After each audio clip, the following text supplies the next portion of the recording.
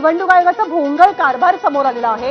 प्रभाग क्रमांक 3 मध्ये एका फेरीचा निकाल न घेताच फायनल निकाल जाहीर करण्यात आलाय। प्रवीण दरेकर यांचे बंधू विजयी झालेले आहेत अशी घोषणा करण्यात आली आणि त्यामुळे निवडणूक आयोगाचा भोंगळ कारभार सध्या उजेडात आल्याचं चित्र आपल्याला पाहायला मिळते। एका फेरीचा निकाल घेतला गेला नाही आणि अंतिम निकाल जाहीर केला गेला।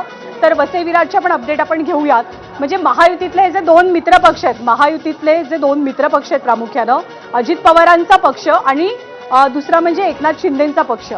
तर एकीकडे महायुती म्हणून सत्ता आली आहे याचा आनंद साजरा करायचा फडणवीसांसोबत, का आपल्या पक्षाचे आलेले कॅन्डिडेट्स कमी झाले आहेत यामुळे डोक्याला हात लावायचा? मला असं म्हणायचं की आजचा जो दिवस आहे हा दिवस हा फडणवीस पॅटर्नचा दिवस आहे।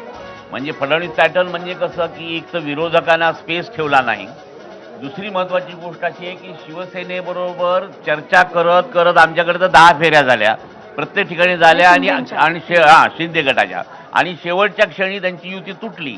त्याच्यामुळं ते बेसावत राहिल्यामुळं त्यांचा देखील ठेवलं गेलं। त्याच्यामुळे त्यांचं खूप मोठ्या प्रमाणात